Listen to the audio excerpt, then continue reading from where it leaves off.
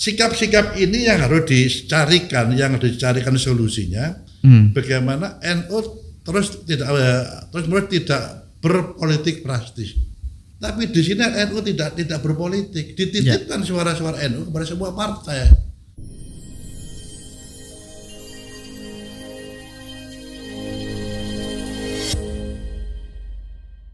Assalamualaikum warahmatullahi wabarakatuh. Sahabat Nahdien, senang sekali rasanya kembali lagi di YouTube NU Surabaya. Saat ini saya senang sekali bisa berbincang di program NU Surabaya ini bersama Sekretaris PCNU Kota Surabaya, Mas Duki Toha. Assalamualaikum Abah. Waalaikumsalam. Kabar baik ya, Pak? Alhamdulillah. Alhamdulillah. Gimana sehat semua? Alhamdulillah sehat Abah. Saat ini sahabat Nahdien bersama Abah Mas Duki ini kita akan membahas tema di mana ini temanya cukup menarik ya Abah ya. Di sini kita akan membahas soal sikap Nahdien menatap pemilu 2024. Nah, di sini Abah saya nih selaku warga nih khususnya Abah nih. Bagaimana Abah sikap Nahdien untuk menatap pemilu ini dan bagaimana Bah soal sejarah bagaimana dulunya Nahdien itu menyikapi pemilu karena kan pemilu sudah bertahap-tahap gitu Bah. Bagaimana? Terima kasih. Jadi begini, sejarah panjang Nahdlatul Ulama yang sudah 1 abad ini banyak makan asam garam. Ya. Terutama dalam hal-hal kepemiluan sejak zaman Orde Baru, Orde Reformasi, sekarang Orde apa ini? Orde Gotong Royong lah. Orde Gotong Royong. Ya.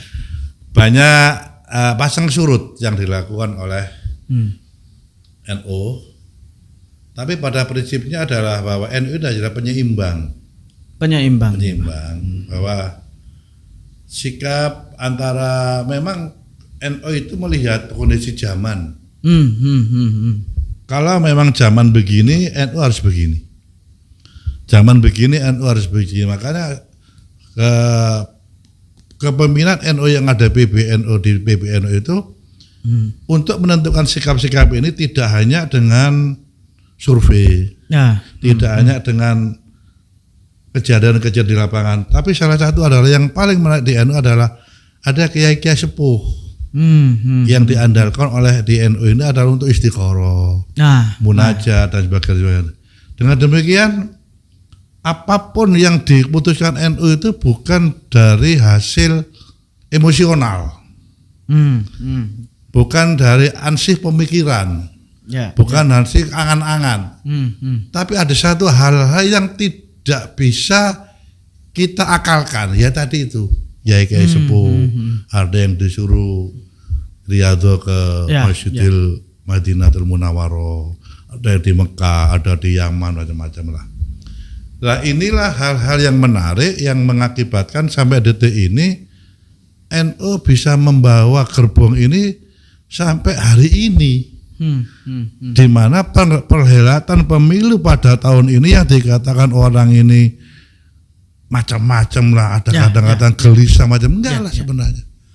Selagi NU punya sikap prinsip 9 yang diberi pada Muktamar Kerapia itu, baik pengurus ataupun warganya insya Allah selesai masalah pemilu itu. Baik. Kekejaman yang dilakukan oleh Orde Baru kepada NU ini adalah menjadi sejarah nyata yang harus menjadi koreksi kepada seluruh pengurus bahwa kita tidak bisa seperti itu lagi. Kita ini adalah saham yang terbesar di negeri ini. Ya kan? Harusnya kalau saham terbesar itu kan dividennya juga besar. Tentu. Kan? Baik. Ya. Sikap-sikap ini yang harus dicarikan solusinya. Bagaimana NU terus tidak berpolitik praktis. Dan ini sudah dituangkan oleh Nahdlatul Ulama.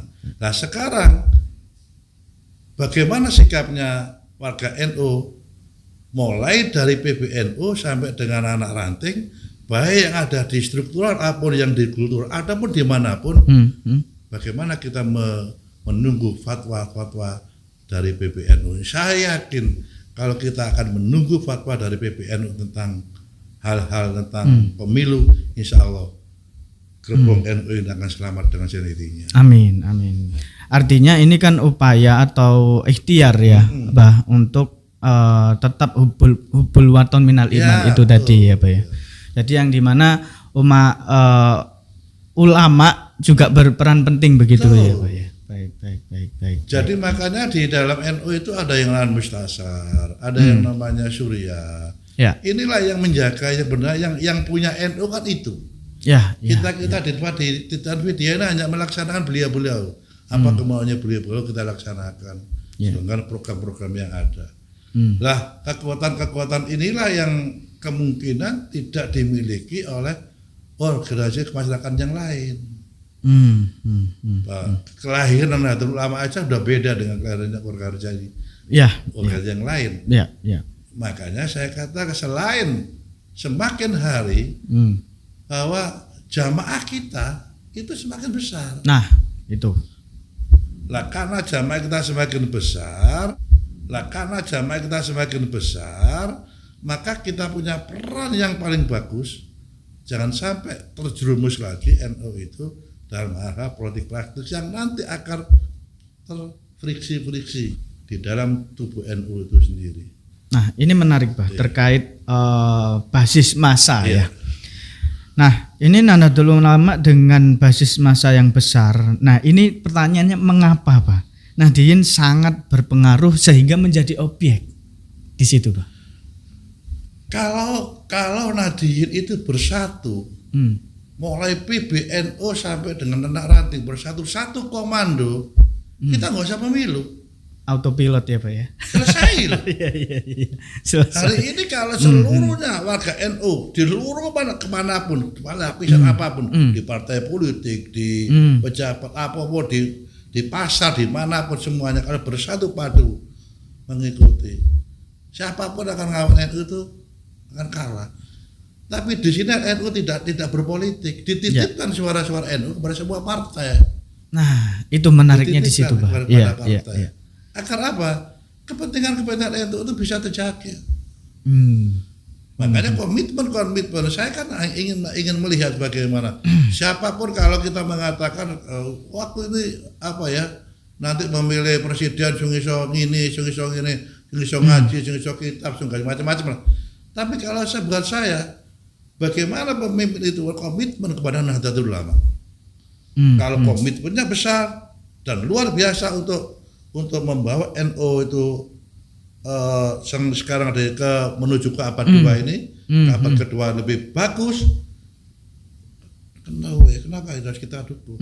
Dan yang pastinya itu akan berpengaruh juga pada masyarakat. Betul, ya Pak khususnya. Karena kesejahteraan. Kalau hari ini apa yang dikatakan oleh Ketua Umum bahwasanya kalau sekarang warga NU itu tidak sejahtera, ini bukan salah PBNU-nya, yang salah pemerintahnya. Karena ini NU adalah bagian warga daripada Indonesia. Benar. Jadi andai kata di Indonesia ada orang miskin, di situ banyak orang NU. Berarti pemerintahnya salah, kan gitu. Di sinilah saya katakan, saya kutip dari Ketua Umum yang mengatakan seperti itu. Andai kata ada gizi buruk misalkan, yang salah bukan kurma PBNU-nya, yang punya anggaran itu pemerintah. Ini harus dipush, didorong bagaimana gizi buruk tidak. Nah, akhirnya apa? Kerjasama yang baik antara pemerintah dengan NU untuk menanggulangi hal-hal yang memang menjadi penyakit masyarakat itu. Nah, NU itu memang punya di situ. Warganya sangat besar sekali, jamaahnya luar biasa dan berbagai macam lapisan masyarakat. Ini ada yang ahli ini, ini semua tertata di NU itu. Dan tertata yang ada, tertata dengan sendiri. Autopilot itu tadi ya Pak ya. Oke, baik. Nah, menarik ini juga Pak terkait pandangan NU juga. Nah, biasanya dalam keagamaan kita kan tidak boleh bahkan jangan sampai menafikan politik. Nah, ini gimana Pak? NU melihat politik sendiri tuh seperti apa sih? NU selalu mendorong warganya untuk berpolitik. Harus tahu politik. Nah, supaya kita tidak dibohongi dengan politik kita. Nah, disitulah karena terus terang saja di politik itu hanya kepentingan apa ya? Jadi tidak ada kawan dan lawan sejati. Abu-abu ya. Kepentingan yang sejati kan akhirnya kan. Kepentingan sejati. Iya. 15 tahun saja menjadi anggota. Saya paham persis bagaimana berpolitik itu. Tapi rambu-rambu yang digariskan oleh Nahdlatul Ulama adalah berpolitik yang akhlakul karimah. Yang ada nilai-nilai akhlaknya, tidak ngawur. Apalagi korupsi misalkan. Itu yang tidak dikehendaki di Nahdlatul Ulama itu. Jadi PBNU, PWNU, PJNU, MBC, ranting anak semuanya mendorong kadernya yang mau di partai politik manapun. Silakan. Please. Dengan garis itu ya Pak. Yang itu akhlakul karimah yang dijunjung tinggi dari berpolitik itu. Karena itu akan kembali lagi ke amanah masyarakat, kesejahteraan masyarakat itu sendiri ya Pak. Baik. Menarik nih Pak. Karena ada yang kami pelajari juga bahwasanya tidak bisa nih kita dalam Islam untuk yaitu menafikan politik tidak bisa. Karena Kanjeng Nabi juga dulu berpolitik begitu ya Pak ya. Baik. Oke nih. Selanjutnya Pak. Dan juga yang ini mungkin yang terakhir juga ya Pak ya. Terkait sikap Nahdliyin menatap pemilu ini apa?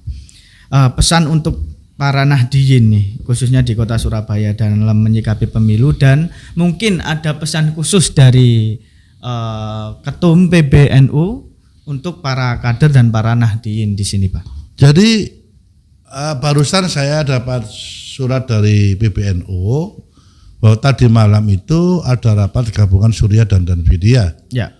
Yang intinya memang surat itu ditujukan kepada Mustasar Pengurus Besar Nahdlatul Ulama, Akwan Suriah Pengurus Besar Nahdlatul Ulama, Pengurus Harian Suriah Pengurus Besar Nahdlatul Ulama, Pengurus Harian Danvidya Pengurus Besar Nahdlatul Ulama, Ketua Badan Otonom dan Lembaga Pengurus Besar Nahdlatul Ulama, Pimpinan Pusat Badan Otonom Nahdlatul Ulama, Pimpinan Lembaga Pendidikan dan Perguruan Tinggi Nahdlatul Ulama, Pengurus Wilayah Nahdlatul Ulama se-Indonesia, Pengurus Cabang Nahdlatul Ulama se-Indonesia, Pengurus Cabang Istimewa Nahdlatul Ulama.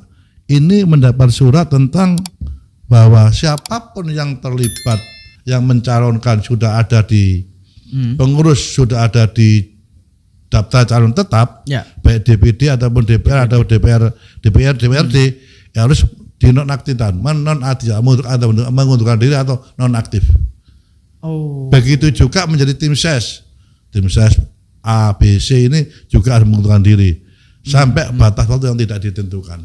Dari ini akan kita hari ini insya Allah akan kita luncurkan, juga akan kita sampaikan kepada Majelis Wakil Cabang MBC Surabaya, juga pengurus-pengurus ranting di Kota Surabaya, agar siapapun yang terlibat dalam pencalonan kepada partai politik, terutama pengurus saya harian harus mengundurkan diri atau dinonaktifkan. Dan ini kita beri waktu sampai batas 28 November harus selesai, biar dilaporkan semua dan kita akan laporkan kepada PBNU. Dan ini sebagai bentuk apa? Bahwa agar NU itu tidak dibawa-bawa gitu loh. Ya. Kalau mohon maaf, partai begitu banyak, pasangan presiden juga ada 3. Jangan-jangan ini bawa NU, sana bawa NU, sana bawa NU, aku semuanya NU akhirnya nanti. Yang menjadi problemnya adalah warga kita yang tidak ngerti apa-apa itu kan juga banyak. Aku itu melok sopo akhirnya. Iya. Akhirnya gitu. Terlalu banyak figur di sana. Baik. Dan ini dalam hal menata agar tidak kontaminasi partai politik, tidak dibawa-bawa NU ini kepada ranah-ranah politik, karena garis besarnya sudah ada. Bagaimana kita berpolitik itu, bagaimana berpolitik di NU itu, bagaimana caranya, sudah ada garis-garisnya. Dan ini harus ditaati semua.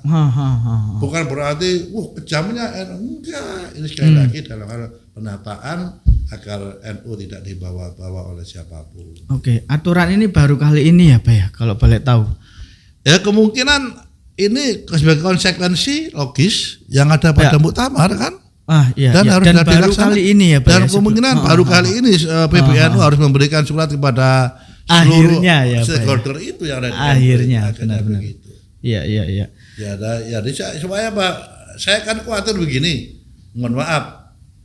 Di cabang kita mau menertibkan. Ya. Di pusat enggak. Kita kan dihina orang. Akhirnya kenimpang ya Pak. Cabang itu PW enggak apa-apa kok enggak. Ini karena PB sudah menurunkan instruksi ini, maka akan kita bola api di tingkat bawah. Agar bahwasannya sebagai pedomannya ini adalah kalian sahabat-sahabat saya, teman-teman saya yang baik-baik yang mencalonkan diri di partai politik sudah ada di DJT-nya untuk mengundurkan diri atau dinonaktifkan sampai waktu yang tidak ditentukan. Baik, itu aturan yang baru ya Pak ya. Jadi untuk sahabat bukan Nahdien. Aturan baru, aturannya lama itu. Itu muktamar kerapia kok. Oh iya, jadi karena itu tadi komitmennya bahwasanya agar NU ini supaya benar-benar komitmen. Betul. Bekerja sesuai dengan real. Ya, karena itu tadi, karena kita punya masa besar sehingga jadi sasaran atau objek itu ya Pak ya. Nah, sebagai penyeimbang inilah. Sebagai penyeimbang. Jadi kalau nanti itu ikut main, sopo jangan dadi wasit. Benar. Semuanya dari pemain akhirnya tidak ada. Makanya kita berharap, saya yakin PBNU pun sudah paham tentang perpolitikan di Indonesia ini. Kita pun di bawah ini juga akan sami'na atau apa yang dilakukan oleh PBNU. Maka semuanya kalau memang secara struktural dan kultural kita ini akan satu komando di bawah komando PBNU, insya Allah NU akan kibar semakin baik tinggi untuk menyambut abad kedua ini. Oke, siap. Terima kasih Abah Toha dan sahabat Nahdien. Semoga dengan program kita, tema kita kali ini menjadikan pemilu besok berjalan dengan damai dan membawa kesejahteraan untuk masyarakat, khususnya kita sebagai sahabat Nahdien. Terima kasih sahabat Nahdien, dan jangan lupa tetap ikuti program di YouTube NU Surabaya dengan tema-tema yang menarik untuk disimak. Dan terima kasih dari saya Samir. Assalamualaikum warahmatullahi wabarakatuh. Assalamualaikum warahmatullahi wabarakatuh.